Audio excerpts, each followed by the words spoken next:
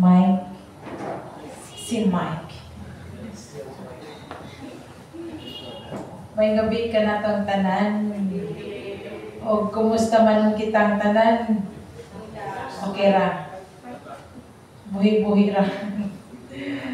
Salamat sa Ginoo sa tanan no nga naata karon og maayong panglawas, walay ulan. Walay kanang mga kanang rason nga di ta kaani.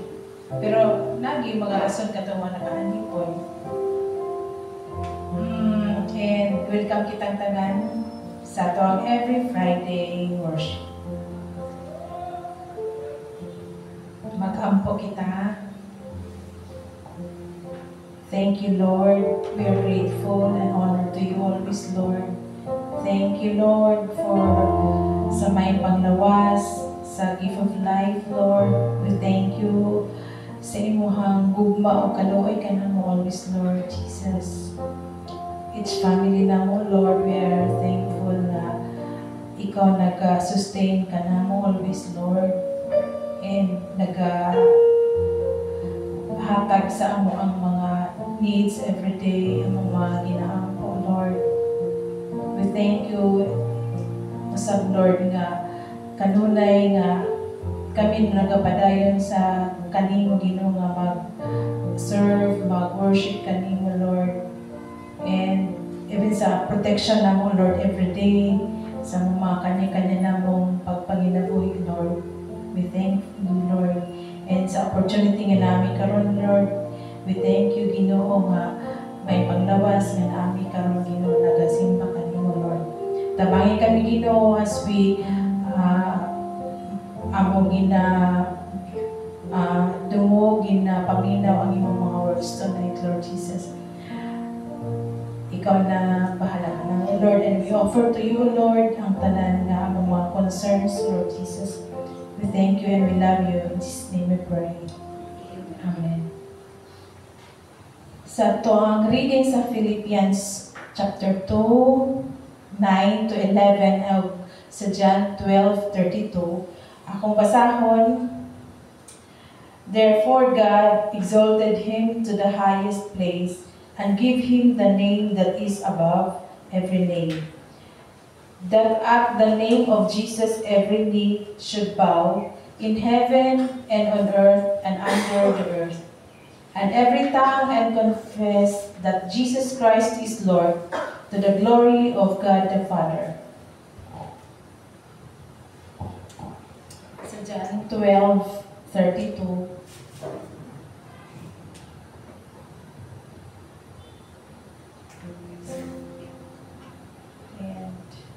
But I, when I am lifted up from the earth, will draw all men to myself. Amen.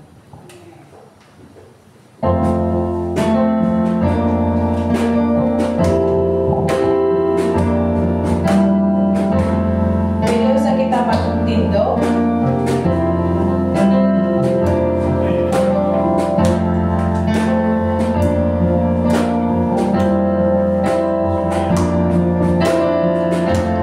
Lord, I lift your name on high. Lord, I love to sing your praises. I'm so glad you're in my life. I'm so glad you came to save us. You came from heaven to earth to show the way from the earth to the cross. My debts to pay from the cross to the grave, from the grave to the sky. Lord, I lift your name on high.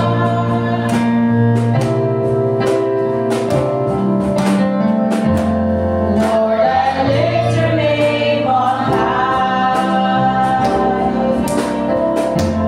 Lord, I love to sing your praises. I'm so glad you're in my life. I'm so glad you came to save us. You came from heaven to earth to show the way from the earth to the cross. My debt to pay from the cross to the grave, from the grave to the sky. Lord, I lift your name on high.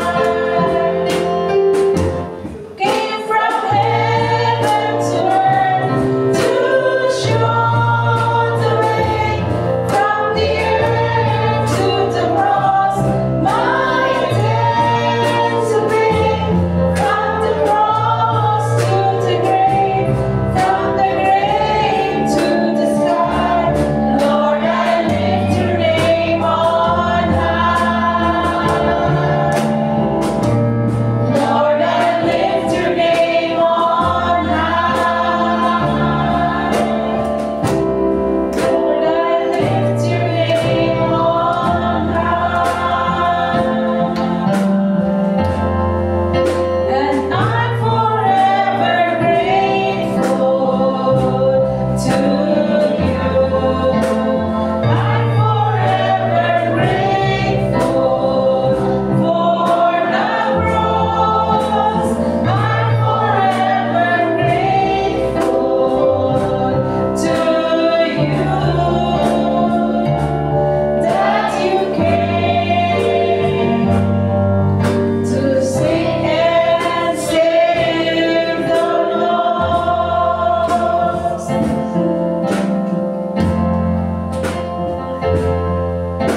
You did not wait for me to draw near to you, but you clothed yourself in frail humanity.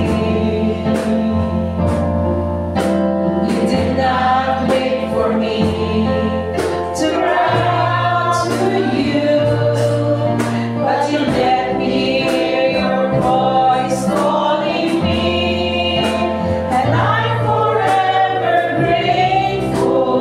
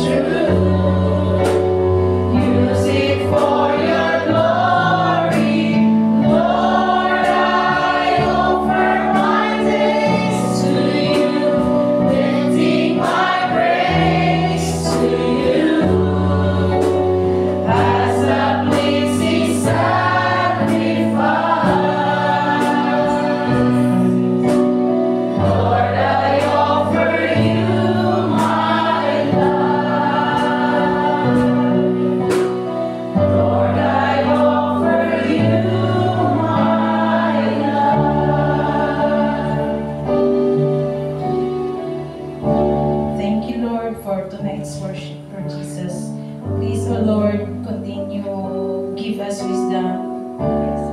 Tagai kami o may pangunaw na always, Lord, nga ang amo ang madungog karong gabi mo na, Lord.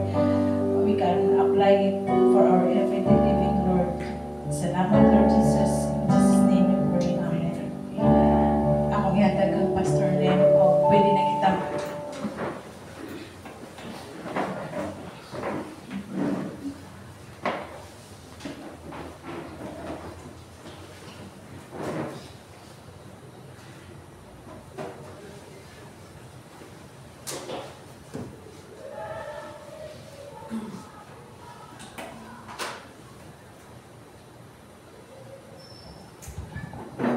Salamat sa pag-lead.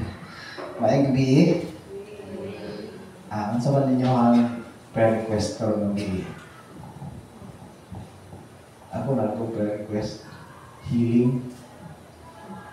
Klaro ba ang tiyong nga giubog isipon? Actually, kami tanan. Yung puli-puli. Pero ako naman natang pinagkalas. Last man standing. Yeah.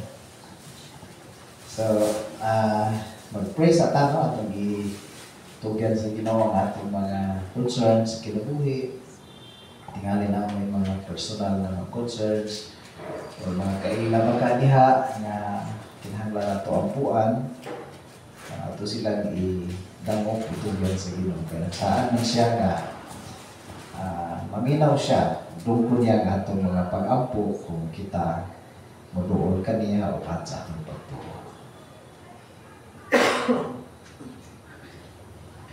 Our Father and our God, we thank you, Lord, for allowing us to come together. Thank you, Lord, for a good weather.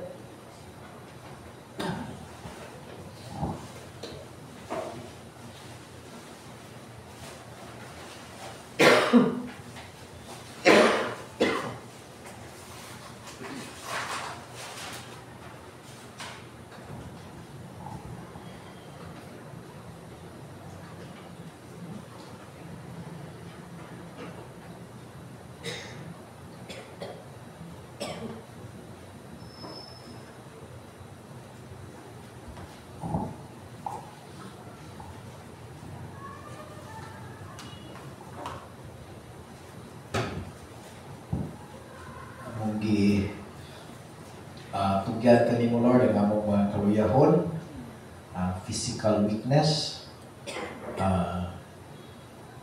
uban ka na mo din, Lord, yung mga balatian, o murag ginagmayra, pero Lord, somehow we are affected, Lord, sa mga sakit. But we come in the name of Jesus, our Lord, who is our greatest physician, who is also the same yesterday, today, and forever. Kung bisan unsa nga mga needs na mo, Lord, karon dili lang physical healing, kundi uban pa na mo nga mga needs. Masayod ka sa katapusan niya karon dinhi, sa among mga panginahanglanon, sa sitwasyon sa among pamilya, sa among mga trabaho, sa pag-eskwela sa among mga anak. Lord, we commit everything to you, Lord. Tungod kay ikaw man ang Diyos nga gamahanan sa tanan. Tanan na mo kinahanglan, Lord, healing, protection, good health, strength that we need, physical strength, emotional strength, above all, spiritual strength. Kining tanan Ginoo gikan kanimo. Muna nga paduol kami kanimo na kayo tabang, Lord. Ngayon mo kami i-bless karon panalanginan sa among pag-anhiginhi. O among mabati ang imong presensya, imong panalangin, o matudloan po kami, Ginoo, sa among pagkinabuhi Kristohanon. Pinaagi sa imong pulong, pinaagi sa imong mensahe. So Lord, among tugyan kanimo karon kini among paminaw sa imong pulong, pagtuon sa imong pulong, ginaot nga na kami makatunan, Ginoo, o ang among makatunan, panalaginan gid mi, Lord, magiyahan kami sa among pagkinabuhi Kristohanon. Kinita na mong gitugyan sa pag-ampo, pinagi sa ngalan ni Kristo, na mong Ginoo butong manuluwas. Amen. Maka-survive ka ako, ane? Survive. Kasi, musunod sa inyo una-una kung madunggan ninyo ang word nga politician. Your Honor? Ang word nga artista. Masih mo balik mo politician. Ang artista, politician. O, politician ay mong artista. Ang word nga hero.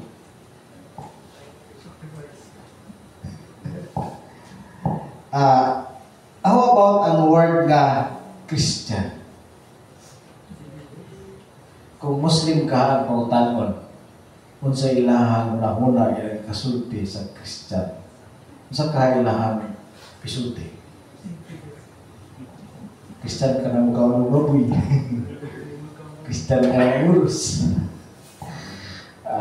Magsimba o Domingo.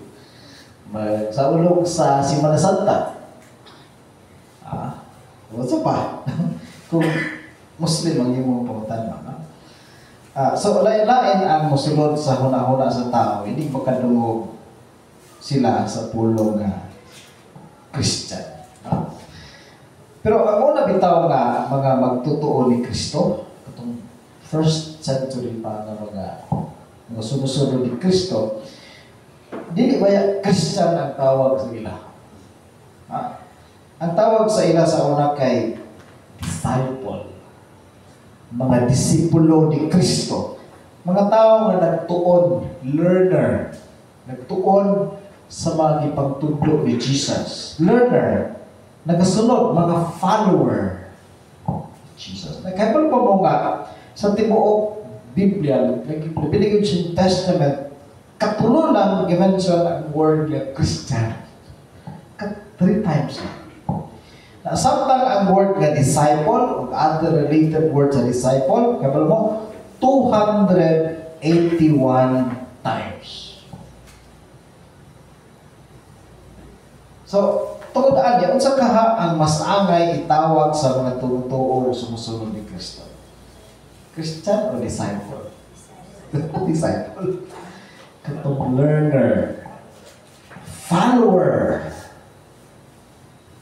Jesus. Kaya ang Christian mo generic ka kayo ba, no? Nawala mo kalitak ng ubo, no? Kubaan din kami. Iukok ang ubo. Generic ka kayo ang word ng Christian, o ang title ng Christian. Kaya daghan mga Christian pero sangalan lang nga Kristofano. What does it mean to follow Christ? Mo ni ang bago nato nga ginatunan diri, no? Nasugdan nato ni last Friday nga dapat fully committed kita sa atong pagsunod kang Kristo. Dumduman niyo itong verse, you must deny yourself, take up your cross, and follow Jesus. Sa atong passage karon kay makita sa Matthew chapter 4, verses 18 to 22. Ato ni siyang duwanan sa pagbasa. 1 to 3, go. And Jesus, walking by the Sea of Galilee, saw 2 brothers, Simon called Peter and Andrew his brother, casting a net into the sea, for they were fishermen. Then he said to them, "Follow me, and I will make you fishers of men." They immediately left their nets and followed him. Going on from there, he saw 2 other brothers, James, the son of Zebedee, and John, his brother, in the boat with Zebedee, their father, mending their nets. He called them, and immediately they left the boat and their father and followed him. First lesson na itong matunan din, Jesus calls the willing. You know, Wala siya katawag o kanang mga pinaka-bright, pinaka-maayo, pinaka-ngilingig, no? Pinaka-guwapo. Ang iyang ginatawag kanang willing. Wala siya gapasubmit o application form, resume, panalitan 50 katao ang nag-apply dayon piliun niya kung kinsay qualified, kinsay pinakamaayo. Dili na mo gibuhat ni Jesus sa una. Parehas bitaw ng NPA draft o PBA draft kabalo mo ana kanang mag-apply ang mga rookie, mga bago nga mga players. Dayon pilian na sa mga team. Kung unsay gusto nila kuhaon mga player, siyempre ang una mong pilian, ang una magkuha katong mga pinakamayo. Kamo mo purpose ana. Pero salamat sa Ginoo kay dili na mo oy pamaagi niya nga mangita sa pinakamaayo, pinakatalented nga mga tao aron mahimo niyang disciples. Dili na. Kinsa ba ning upat ka mga disciples kang gimension sa atong passage? So sila trabaho. Sila rin trabaho? Mangingisda, fisherman. Diba? Ang nakanindot manggod sa atong Ginoo kay kung mubuhat ta sa buluhaton sa Ginoo, mubuhat ta sa buluhaton sa Ginoo, dili magguda gikan sa ato ang kaalam, dili gikan sa ato ang kusog, dili gikan sa ato ang abilidad, tanan gikan sa Ginoo. Mula nga bisag mga ordinaryo nga mga tao, para sa fisherman, na aduna gihapon mahimo sa buluhaton. Aduna gihapon sila mahimo gihapon sila epektibo nga naman kaya ang Ginoo man ang maghatag kanila og katakos. Kinsa gudto mga disciples ni Jesus sa una, mga simple, mga yano na kaayo nga mga tao. Kasagaran sa ilaha, walay inispilahan. Mga ordinaryo kaayo nga mga tao pero nagpamuhat maayo na nahimong epektibo tungod sa gahom sa Ginoo. Atong mabasa sa Book of Acts sa diha nga nag-minister kining mga disciples ni Jesus. Natingala sila kang Pedro o kang Juan tungod kay wala gayon sila kahadlok sa pagsulti. Kay nasayon sila nga ang duha mga yano lamang. Kasabot mo sa yano? Simple ba kayo, ha? Mga yano lamang na mga tao o walay taas na kahibal. Pero, ayun mo sila epektibo. Daghan sila o nabuhat sa buluhaton sa Ginoo.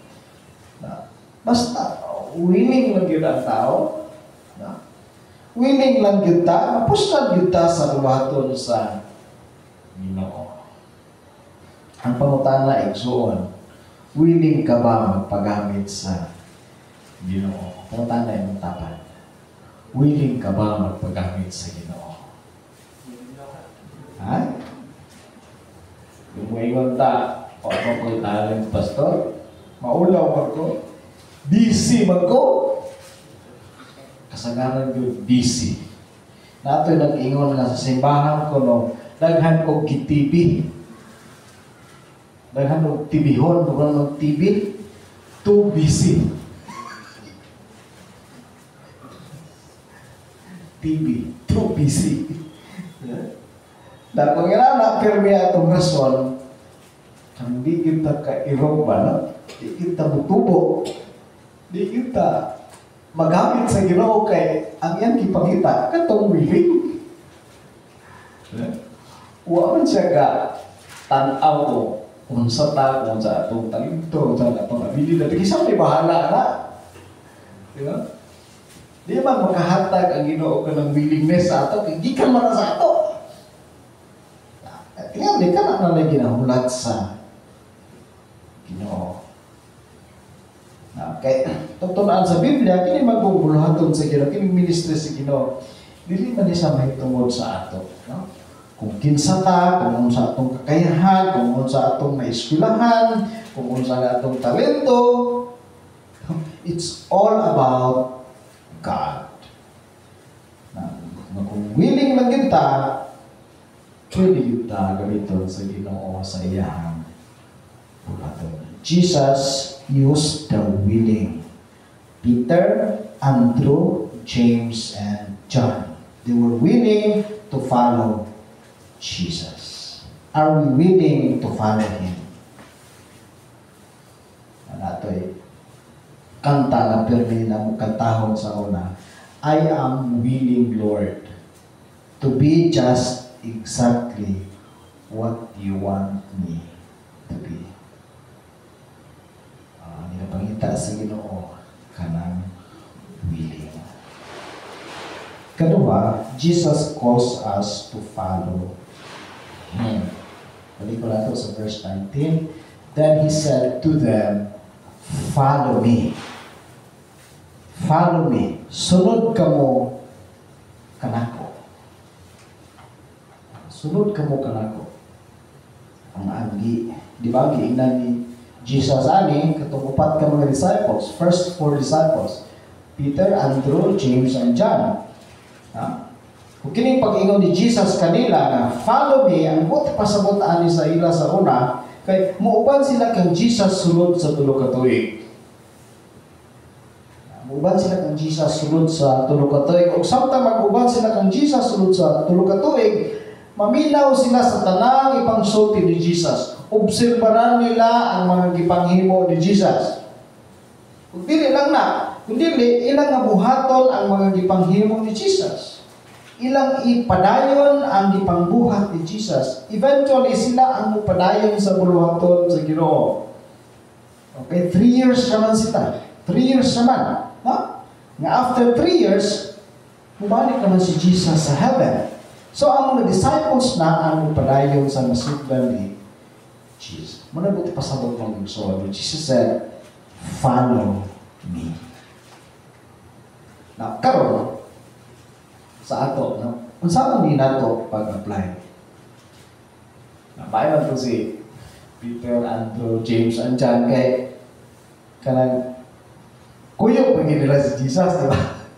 Kuyog nila si Jesus. Nakita nila ang mga milagro na gimo ni Jesus, nandunggan nila ang mga pagsulti ni Jesus, pag-istorya ni Jesus. Sa ato karon, wala naman si Jesus, wala naman siya sa kalibutan. Kung saan nato din siya pag-apply? Na ingon din sa John chapter 8 verse 21, kung magpadayon kamo sa pagtuman sa akong mga gitudlo, tinuod gayon nga kamo akong mga tinunan. Kung magpadayon kamo sa pagtuman, pagsunod sa akong mga gipangtudlo, tinuod gayon nga kamo akong mga tinunan. So, paunsa ta mahimong tinuod nga tinunan o disipulo o disciple ni Jesus? Kung magpadayon kita sa pagtuman, kung atong ginasunod ang iyang mga gipang tudlo. Wala tuod nato nakita si Jesus personally. Okay, wala naman siya, no? Wala tuod nato nadunggan ang iyang gipangtudlo sa una. Nadunggan ba personally, no? Pero kung atong ginatunan ang iyang mga gipangtudlo, dili lang ginatunan kung dili ginasunod, according to that verse, mamahimo gihapon kita mga disipulo ni Jesus. Parehas sa iyahang mga original mga disciples. Now, si Jesus, follow me. O sabay, atong goal sa pagsunod kang Kristo, gan magsunod man ta kaniya. Sige atong goal. Now, second part, yan ang verse.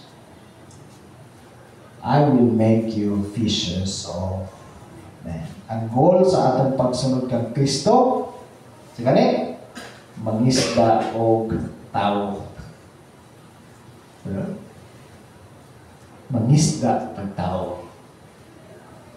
Nga, dili lang ta, wala lang ta gitawag sa Ginoo nga musunod kaniya. Ito na ko. Wala lang ta gitawag sa Ginoo nga musunod kaniya. Dili lang na mo gusto sa Ginoo nga mahimot ang follower o believer ni Jesus. Mahimot ang tinun-an, mahimot ang disipulo. Gusto po niya nga mahimot ta, o gusto niya nga mangisda tagtao. Buti pasagutan ang mga isuon sa Bible, to make disciples. Mangabig o kalag, mangabig o tao. Himo na to silang follower o believer ni Jesus pareha sa ato. Dili lang ta ka believer o follower ni Jesus.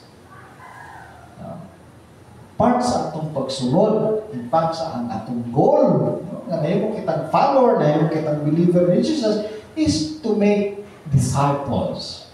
Klaro kayo siya sa Matthew chapter 28, 19 to 20, atong pasahon. Ito mo basa. Busa, adtuin ninyo ang mga katawhan sa tanan nga dapit.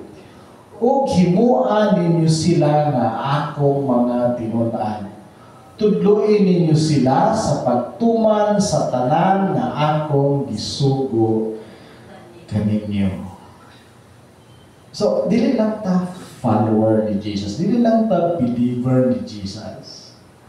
Now, we are also called to make disciples. Klaro kaya na ng verse next one. Ha? Kainata kung kinsa ng tawhana? Kinsa na? Si Steve Jobs, di ba? Isa sa mga founders sa Apple company. Now, kanya itong dekada 80, of course, atong panahon, dili pa kayo sikat, dili pa kayo nako ang Apple. Now, nakita ni Steve Jobs, isa sa mga founders sa Apple, na kinahanglan ni Jobs someone, kinahanglan siya o tao, partner nga mutabang sa iya para mo-improve, dako kung maayo ang iyahang company. No? Kung ang tao nga iyang giaying-ayingan, nga iyang i-convince, nga iyahang papel sa iyahang kumpanya kinitawanan. Ang ngalan niya si John Sculley. John Sculley. Nga natong panahon na, pag-invite ni Steve Jobs sa iya, very successful na nagtawanan. Kasi siya ang kanang president sa Pepsi Cola. Wala ka ng Pepsi baya kay iconic baya kung na siyang brand sa tibuok kalibutan. No? Nya, gi-hire siya ni Steve Jobs sa company ni Steve Jobs nga pa'y klaro. Pasugod pa lang. No? No.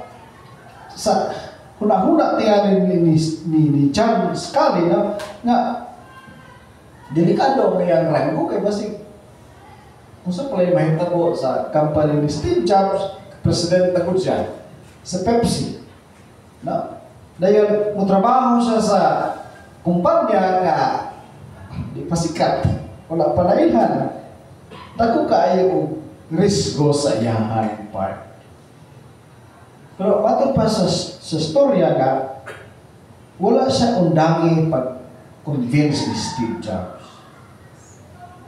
Nga isa ka, higayon niya na munigi sulti ni Steve Jobs sa tatubangan o sa mata ni John Sculley. Kasi may nga, do you want to spend the rest of your life selling sugar water?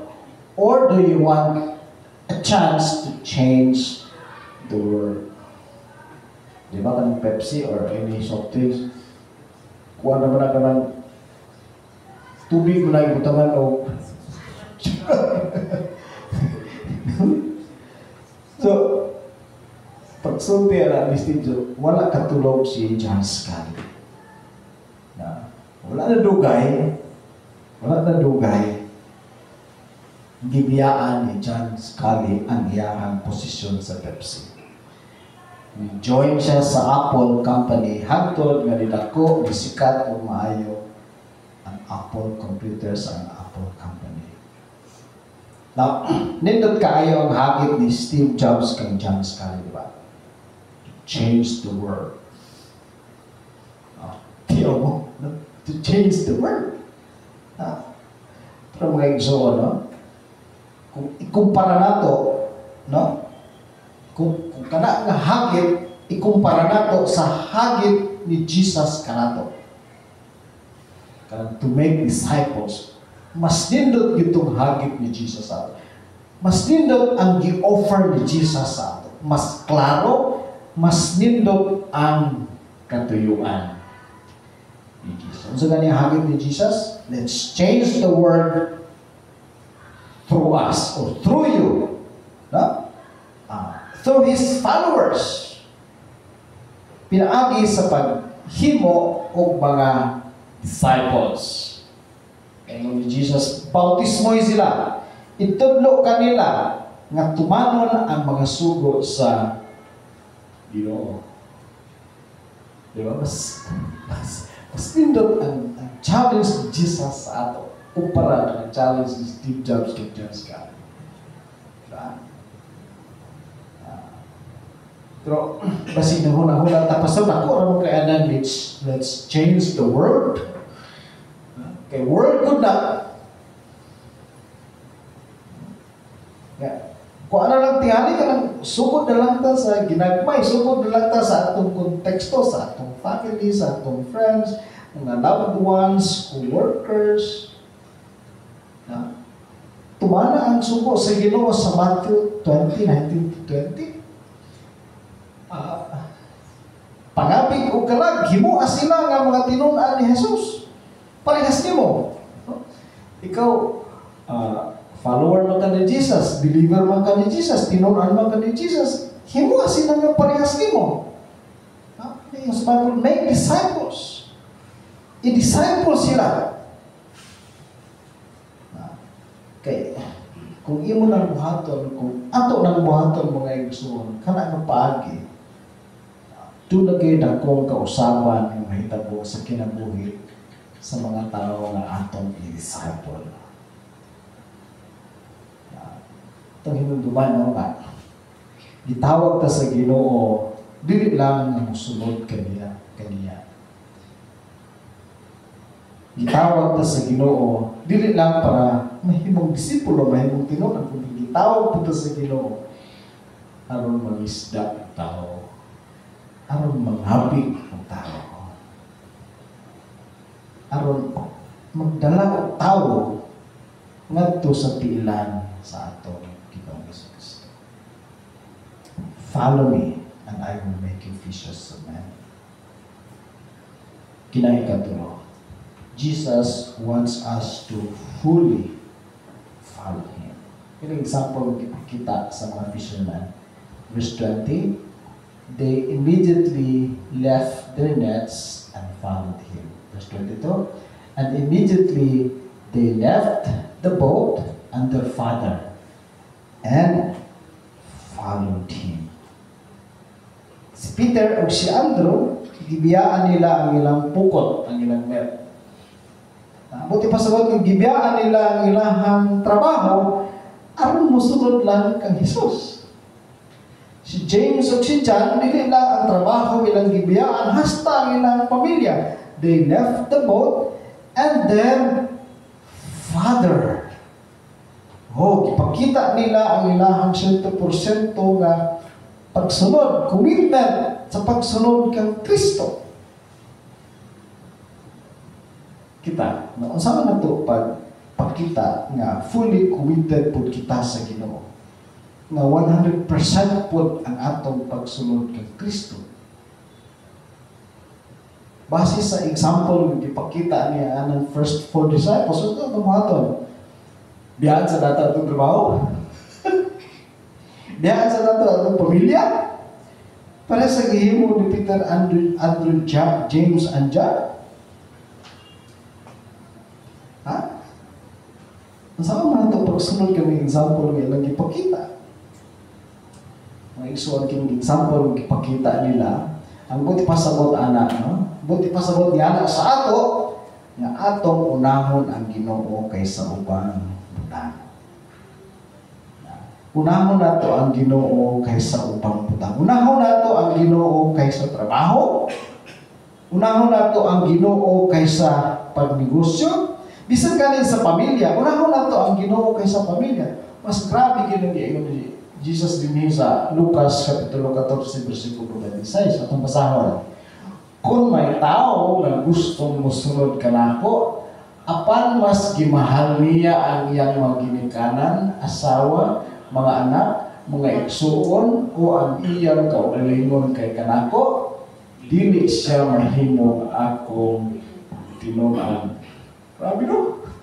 Buti pasabot ani mga igsuon ini nga bersikulo nga dapat ang atong relasyon sa Ginoo mas labaw kumpara sa ubang relasyon. Daghang matag mga relasyon sa kalibutan, di ba?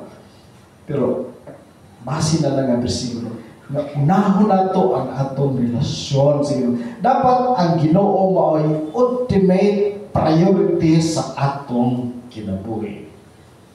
Ultimate priority. Kaya ang tinuod mga igsoon, daghan yung mga butang na pwedeng mahimong babag sa atong pagsunod kay Kristo. Daghang muagaw sa lugar sa Ginoo sa atong kinabuhi. Bisan nag-commit na sa Ginoo, Lord, ikaw gyud ang una masunod sa akong kinabuhi kanunay. Pero base sa atong experience, wala na siya nagkahitabo. Wala na siya nagkahitabo. Numero 1, ang atong kabisihon, ang atong mga trabaho, bisan gani ang atong pamilya. Mahimong babag. Samot na ay membro sa atong pamilya nga dili parehas sa atong pagtuo, dili mga Kristohano. Mahagit din kita. Isa pa kining bahin sa atong mga kinahanglan sa atong mga needs. Human tendency, unahon kinato ang atong mga needs. Di ba? Muna yung si Jesus sa Matthew 6:33, seek ye first the kingdom of God and His righteousness. Seek ye first. Klaro kayo, di ba? Nga, unaha ang Ginoo. Kung unaho na to siya, kung saan, musunod ka ng uban nga atong gikabalakan, nga atong magkong ginabuhat, atong ginabali. Yun na nato ang mga butang nga atong gikabalakan. Muna nga mabalakan ito. Yung saan, and all these things shall be added unto you as well. No? Daghang yun, mga butang ba, na mahimong baba. Bisan ganit sa mga butang na atong ginagawa ng tao pag-eskwela sa atong mga anak, daghang po na mga hindrances nila ba na? Sa atong pagtrabaho, sa atong mga pagnegosyo, parihara po na sa atong relasyon niya sa Ginoo. Daghang ang buagaw, builog sa lugar sa Ginoo sa atong kinabuhi. Ang hagit sa ato, naunahon siya.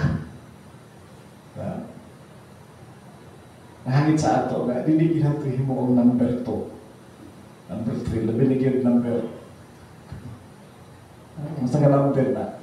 Dapat ang Ginoo mo first priority sa atong kinabuhi. Ang i-expect mga igsoon, ang i-expect sa Ginoo sa una ng mga disciples na mao ang total, complete commitment or gihapon ang yang i-expect sa ato karon. Wala na siya mag-usap. He wants us to fully follow Him. He wants all of our devotion, all of our commitment, all of our hearts, all of our souls, all of our minds, all of our strength. Muna'y gusto yun mahitabo sa Ginoo. Muna'y gusto yun na nga atong buhaton sa atong pagsunod kay Kristo.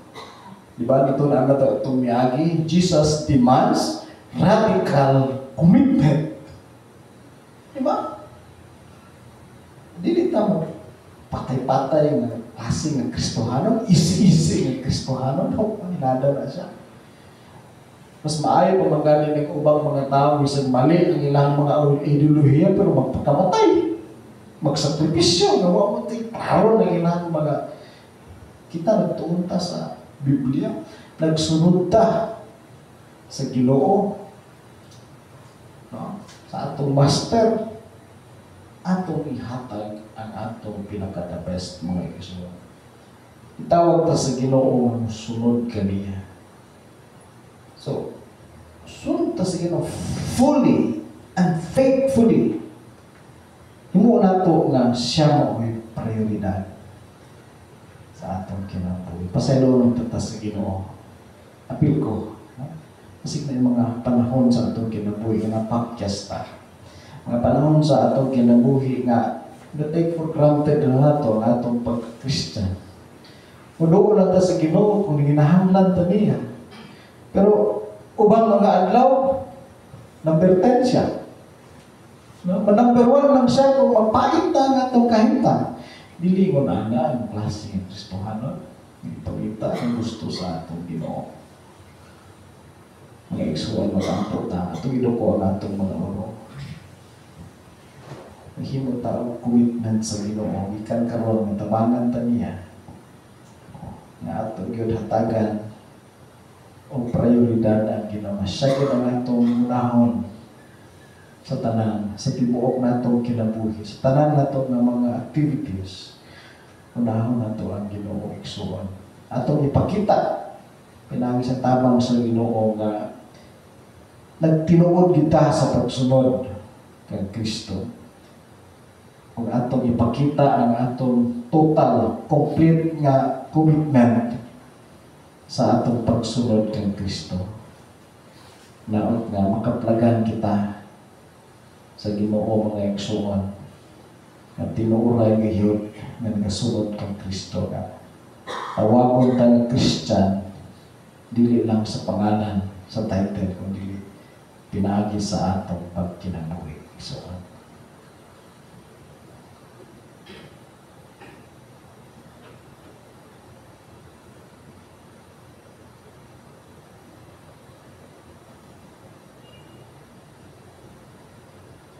Salamat Ginoo sa imong gitudlo kanamo karon ang sa buto pasabot sa among pagsunod kang Kristo bilang among Ginoo manluluwas. Kay base sa kasinatian sa mga early believers sa una. Nakita na po Lord kung among basahon ang Biblia nga tinuuray yun ang ilang pagsakripisyo, ang ilang pagpaningkamot, ang ilang willingness, ang ilang faithfulness. Makita Ginoo. Ginoo, tabangi kami sa among pod nga pag kinabuhi Kristohanon sa among pagsunod kay Kristo ka. Imo pod kami nga makaplagan nga tinuuray gayud ang among pagsunod kay Kristo. Pasayloan kami Lord kung naay mga panahon sa among kinabuhi nga nihinay ni huyang ang among pag-alagad niya. Tabangi kami Ginoo. Gamita kini mga mensahe Ginoo nga among makatunan dinhi. Pinagi sa example sa ipakita sa mga early disciples, early Christians. Makaplagan nimo kami Ginoo nga tinuuray gyud nga nagasunod kay Kristo. Sabta na mo, what does it mean to follow Jesus? What does it mean to follow Christ? Lord, i-bless sa among mga kasing-kasing ang among matunan karon. O tabangi kami nga pinaagi niini nga mga pagtulunan, maggiyahan kami sa among pagpadayon sa pagsunod kay Kristo. Lord, among gisalig gitugyan kanimo ang among pagbulag-bulag, ang among pagpamauli karon. Ang imong gugma, imong kaluoy, imong kalinaw, imong provision mo among makaubad Ginoo. O kung bani kami, dala kami nga safe Lord sa among matag-satag sa kapilianan. Among gitugyan sa pagampo ang among matag-satag sa kapamilya. Sa manang kahintang Ginoo sa matag usa, among gisalig kanimo ang tanan Ginoo. Nagsaan ka sa imong pulong, di mo kami pasagdan, di mo kami biyaan. Andam ka nga uban ka na mo Ginoo. Gani mag-uban ka na mo hantod sa kahangturan. Mananagini kami karon Ginoo, balunan na mo ang kalipay, ang kadasig sa among kasing-kasing karon. Asamtang mga pamauli kami, kauban ka na mo Ginoo yung presensya ng kauban ka na mo. Kung karon ang gugma sa Dios Amahan, ang grasya pinaagi kang Hesus Kristo nga atong Ginoo ug itong manluwas ug ang presensya gahom sa Malang Espiritu kauban ka nato mga igsoon. Gikan karon ug hangtod sa kahanturan, hangtod sa pagbalik pag-usab sa atong Ginoong Hesus Kristo. Amen. Amen.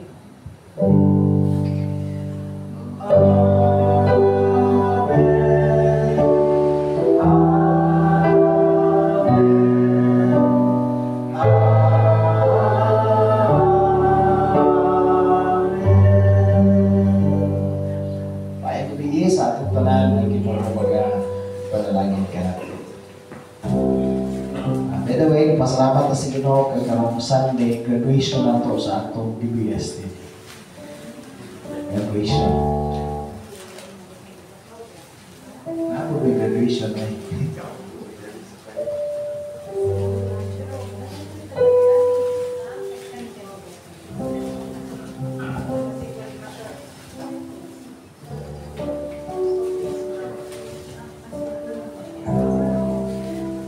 Sigan and drinks.